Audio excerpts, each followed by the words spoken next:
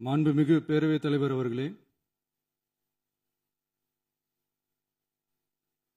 மாபெரும் தலைவர்கள் வழிநடத்திய மாண்பும் மாபெரும் வரலாற்று சிறப்பு கொண்ட இந்த சட்டமன்ற பேரவையின் 17வது சட்டமன்ற பேரவைக்கு நம்மையும் நம்ம தமிழக வெற்றிக் கழகத்தை சார்ந்த சட்டமன்ற உறுப்பினர்களையும் தேர்ந்தெடுத்து அனுப்பின நிரந்தரமாக என் நெஞ்சில் கூடியிருக்கும் தாயன்புமிக்க தமிழக மக்கள் அனைவருக்கும்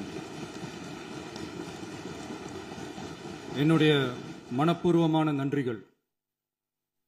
17வது சட்டமன்ற கூட்டத்தொடரின் முதல் ஆளுநர் உரையின் மீதான நன்றி தெரிவிக்கும் தீர்மானத்திற்கு பதிலுரை வழங்க வாய்ப்பளித்த மாண்புமிகு பேரவைத் தலைவருக்கு நம் வணக்கத்தை தெரிவித்துக் கொள்கிறோம்.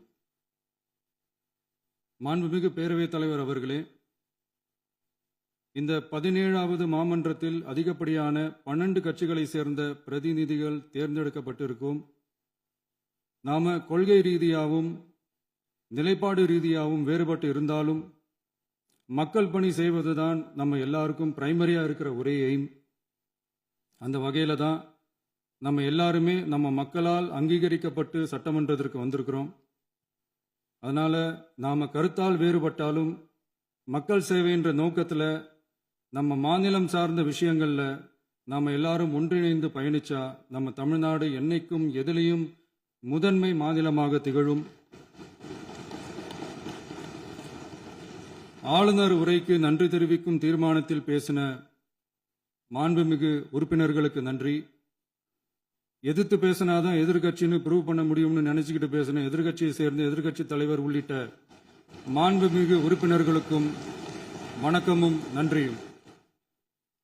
பதிலுரை வழங்குற அதே நேரத்தில் நம்மளை சட்டமன்ற உறுப்பினராக தேர்ந்தெடுத்த பெரம்பூர் தொகுதி மக்களுக்கு நம்மளோட நெஞ்சார்ந்த நன்றிகள்.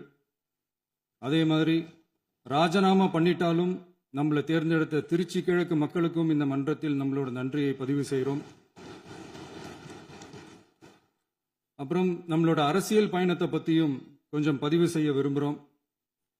நாம் ஏதோ ஷூட்டிங்லேருந்து நேராக வந்து சிஎம் ஆன மாதிரியே சில பேர் ஒரு இமேஜ் கிரியேட் பண்ணுறாங்க. அவங்களுக்கு அவங்க ஆசைப்படுற லாங்குவேஜ்லேயே சொல்கிறோம், அது வெறும் ரீல் தான், ரியல் கிடையாது. ஒரு சாதாரண நடிகனாக நம்ம கெரியர் தொடங்குச்சு. அப்புறம் அப்படியே சின்சியராக உழைச்சி மேலே வந்தோம். நம்ம கெரியரில் நாம் மேலே வந்ததுக்கு இந்த விஜய் ஒருத்தன் மட்டுமே காரணம் இல்லை, அவனோட உழைப்பு மட்டுமே காரணம் இல்லை. இந்த விஜயோட உழைப்புக்கும் உயர்வுக்கும் பின்னாடி இருக்கிற ஒட்டுமொத்த தமிழ்நாட்டு மக்களோட அன்பும் அரவணைப்பும் தான் காரணம். ஒவ்வொரு வீட்டில் இருக்க ஒவ்வொருத்தரும் நம்மளை அவங்க வீட்டில் ஒருத்தனா ஏற்றுக்கிட்டது தான் நமக்கு கடவுளும் மக்களும் தந்த மிகப்பெரிய வரம். அதுக்காகவே கடவுளுக்கு சமமான நம்மளோட சொந்தங்களான தமிழக மக்கள் அனைவருக்கும் மீண்டும் மீண்டும் நன்றி. இப்படி நம்மளை தாயன்போடு அள்ளி அரவணைச்ச தமிழ்நாட்டு மக்களுக்கு நாம் எப்படியெல்லாம் துணையாக இருந்தோம், எப்படியெல்லாம் மக்களோட மக்களா இருந்தோம்னு சொல்றேன். 1990ஸ்லயே ரசிகர் மன்றமாக இருந்தப்பவே மக்களுக்கு துணையாக நிற்க ஆரம்பித்தோம். அதுக்கப்புறம் நற்படி மன்றமாகவும் அதுக்கப்புறம் விஜய் மக்கள் இயக்கமாகவும் மாறி மக்களோட மக்களாக நின்றுகிட்டு இருந்தோம். 2008 ஈழத் தமிழருக்கு ஆதரவாக உண்ணாவிரதம் போராட்டம் செஞ்சோம்.